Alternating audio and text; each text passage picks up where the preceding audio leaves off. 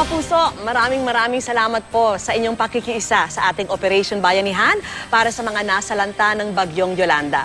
Sa pinakabagong tala, nakalikom na po tayo ng cash donations na 175,688,033 pesos and 45 centavos. Ang in-kind donations naman po ay umabot na sa 30,299,045 pesos and 53 centavos. Maraming salamat po sa ating cash donors. Maraming salamat din po sa ating major sponsor.